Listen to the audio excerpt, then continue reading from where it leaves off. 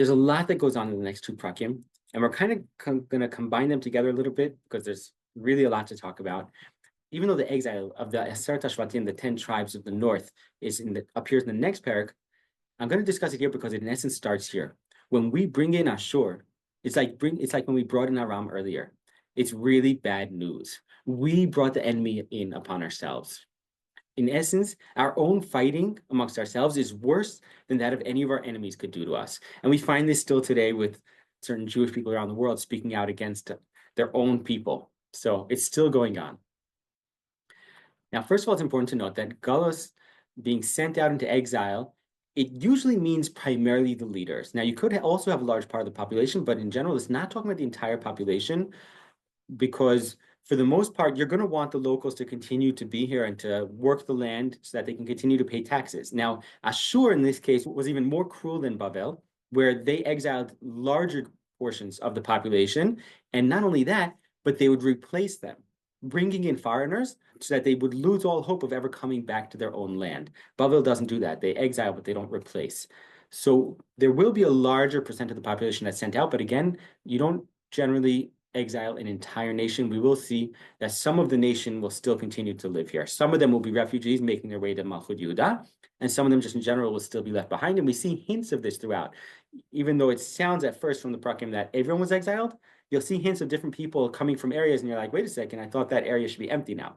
So it's not as clear cut as that. But at this point, Malchut Yisrael ceases to exist. On a whole, they're sent from the land, and in general, many of them won't even return by Bayit Sheni until now, until our times.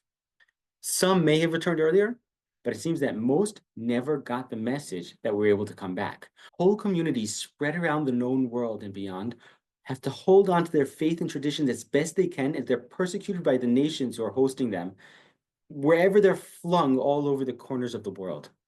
Each one is holding on to that dream for thousands of years of the one day when they'll be able to be redeemed.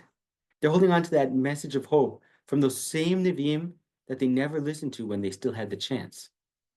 One of the absolutely fascinating things that you can do here in Israel is to visit Jewish communities and visitor centers of some of these different Shvatim who've made their way back now in our times. The incredible stories of Beta Yisrael, the community of Ethiopian Jews, or the Kaifeng Jews of China and the communities coming from India. Whole communities. The wings of eagles finally arrived in our times as modern airplanes to carry them back to their homeland after all this time. And it doesn't end there. Now, there were always some Jews who were holding to the fort here, sort of sense. Throughout the exile, from the time of Yoshua ben Nun through modern times, they've always had some remnant here, but they certainly weren't in control. In addition, you also had some Jews who'd make their way here, despite it all. And at times, they'd have to give up everything they'd amassed, including their land and any money that they had. They couldn't bring anything with them. The nations that were hosting them would take everything from them if they wanted to leave and come here to Israel. Sometimes you had not only individuals, but entire communities who would actually do it. They'd make the move. They'd give up everything. But for the most part, most of the Jews were in exile for thousands of years. But for the first time after thousands of years, the Jewish people are really coming back to their land. They're coming back home. And we're not talking about one by one anymore. We're not talking about individuals or even small communities. We're talking about en masse. We're talking about plane loads of Jewish people coming back home every single year from all over the world. For thousands of years, we've read these heartbreaking prakim, along with the parallel prakim promising us that there will be a day when we can come back. And now we're actually living it. Ashreinu matov chalkeinu.